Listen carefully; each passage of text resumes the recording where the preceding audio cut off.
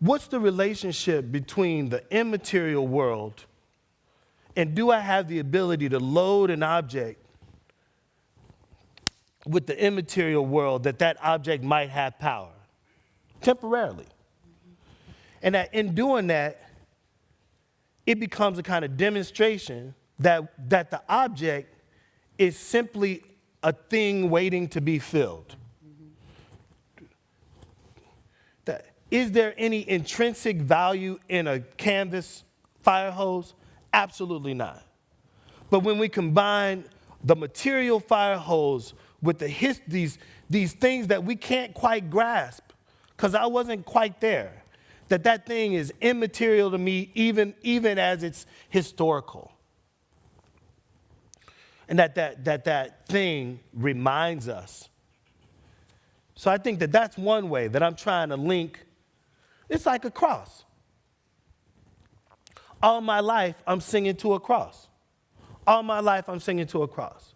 All my life, I'm being told in the song that the cross, I can take my cares to the cross. And so I'm singing a song that says, I can take my cares to the cross. And I'm looking at a cross, and I'm taking my cares to the cross. Whether the cross is truly powerful or not, doesn't matter. But my ability to give my cares to the cross is the thing that matters. And all of a sudden, an immaterial 2 pieces of stick has the ability to take my cares away. And that relationship between the immaterial, my emotions, and that I need that cross. I need to look at that. I need to ponder the cross. We need people who are willing to believe and work. That you know, one of the biggest challenges when I read historical things, I think about the way power subjugation works.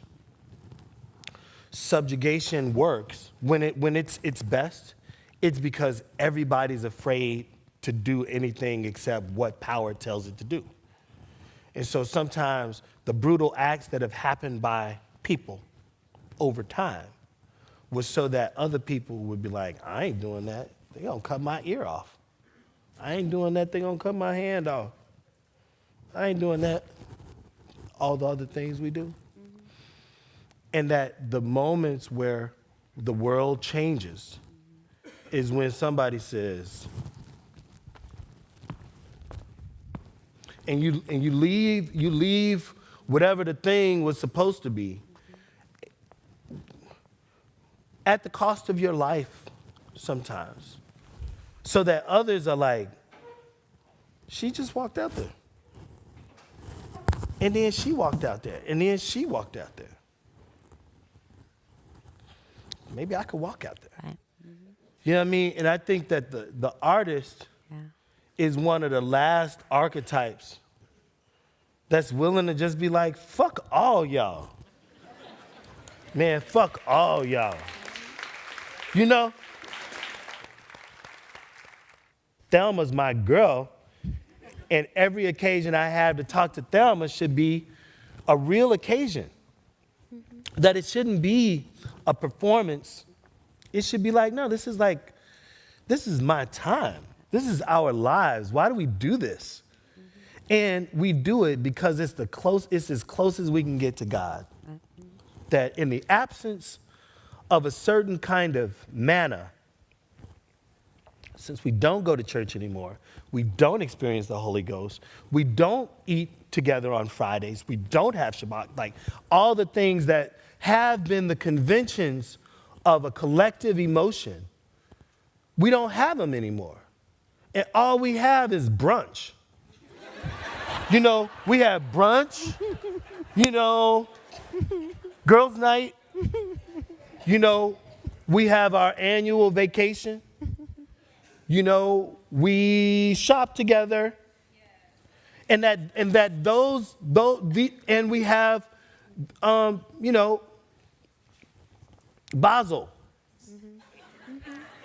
where we can have a collective experience, where we can all have a shared understanding of a thing, that we can express our belief in a person and their ability, and we can also display our robes like the Pharisees and Sadducees, right? And all of those things matter. And in the absence of the temple,